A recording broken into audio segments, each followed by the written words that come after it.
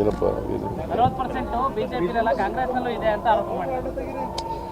ಆ ಥರ ಇದ್ದರೆ ನಾಗಮೋಹನ್ ದಾಸ್ ಒಂದು ಕಮಿಷನ್ ಮಾಡಿದ್ದೀವಿ, ದಾಖಲಾತಿಗಳಿದ್ರು ಕೊಡಲಿ ಅವರು ತಗೊಂಡು.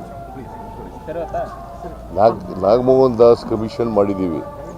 40% ಭ್ರಷ್ಟಾಚಾರದ ಬಗ್ಗೆ ಹಿಂದೆ ಹೇಳಿದ್ರಲ್ಲ, ಅದ್ರ ಬಗ್ಗೆ ತನಿಖೆ ಮಾಡೋಕ್ಕೆ Nagamohan Das retired high court judge ಅವ್ರ ಅಧ್ಯಕ್ಷತೆಯಲ್ಲಿ ಸಮಿತಿ ಮಾಡಿದ್ದೀವಿ.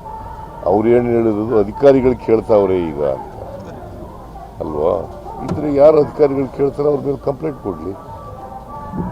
ಹಾಂ ಅಲ್ವೇನೆಯ ಕಮಿಷನ್ ಅಪಾಯಿಂಟ್ ಮಾಡಿದ್ದೀವಲ್ಲ ಒಂದು, ಹಾಂ ಕೊಡಲಿ ಹೋಗಿ. ಅನುದಾನದ ವಿಚಾರದಲ್ಲಿ ಅನ್ಯಾಯ ಆಗ್ತಿದೆ ಅಂತ ಹೇಳಿ ಕೇರಳದವರು ಸುಪ್ರೀಂ ಕೋರ್ಟ್ಗೆ ಹೋಗಬೇಕು ಅಂತ ಇದ್ದಾರೆ. ತಾವು ಕೂಡ ದೆಹಲಿಯಲ್ಲಿ ಪ್ರತಿಭಟನೆ ಮಾಡಿದರು. ತಾವು ಏನಾದರೂ ಆಲೋಚನೆ ಇದೆಯಾ ಸುಪ್ರೀಂ ಕೋರ್ಟ್ಗೆ ಹೋಗಬೇಕು ಅಂತೇಳಿ? ನಾವು ಆ ಥರ ಆಲೋಚನೆ ಮಾಡಿಲ್ಲ.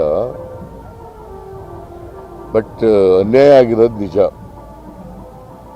ಬಿಕಾಸ್ ನಾವು 100 ರೂಪಾಯಿ ತೆರಿಗೆ ವಸೂಲು ಮಾಡಿಕೊಟ್ರೆ ಕೇಂದ್ರ ಸರ್ಕಾರಕ್ಕೆ, ನಮಗೆ ಬರ್ತಕ್ಕಂಥದ್ದು 12ರಿಂದ 13 ರೂಪಾಯಿ ಮಾತ್ರ.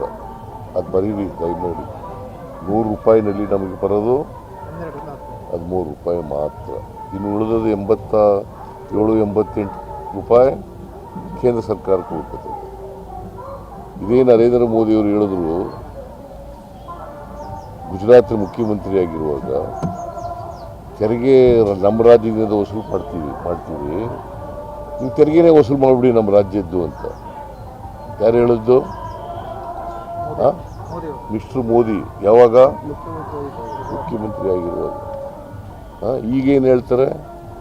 ದೇಶ ವಿಭಜನೆ ಮಾಡಕ್ಕೆ ಹೊರಟವ್ರೆ ಅಂತ. ಆಗ